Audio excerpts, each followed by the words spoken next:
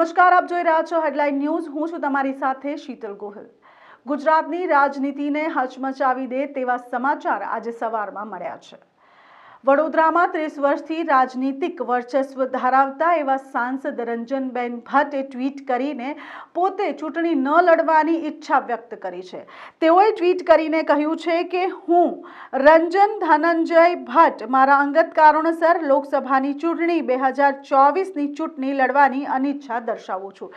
તેમના આ ટ્વીટથી આખું ગુજરાત અત્યારે હચમચી ગયું છે।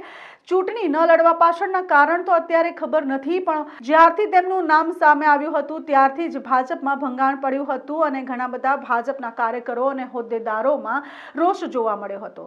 ન બોલતા ઘણું બધું બોલી જતા એવા ઘણા બધા ભાજપના કાર્યકરો અને હોદ્દેદારોએ અનિચ્છા વ્યક્ત કરી હતી અને ઘણા લોકોએ તો પોતાના રાજીનામા પણ આપ્યા હતા। હવે રંજનબેન ભટ્ટે આ બધી અટકળો પછી પોતે જ ચૂંટણી ન લડવા માટેની ઈચ્છા વ્યક્ત કરી છે। તો શું લાગે છે આપને કે રંજનબેન ભટ્ટને જેમ કેતન ઇનામદારને ગણતરીના કલાકોમાં મનાવી લેવામાં આવ્યા હતા તે રીતે તેમને પણ મનાવી લેવામાં આવશે કે શું લાગે છે તમને કે શા માટે રંજનબેને આવું પગલું ભર્યું હશે? શું પાર્ટીનું પ્રેશર છે કે પછી પોતાનું વર્ચસ્વ અને પોતાની વેલ્યુ પાર્ટીમાં જણાઈ આવે તે માટે તેમને આ પગલું ભર્યું છે?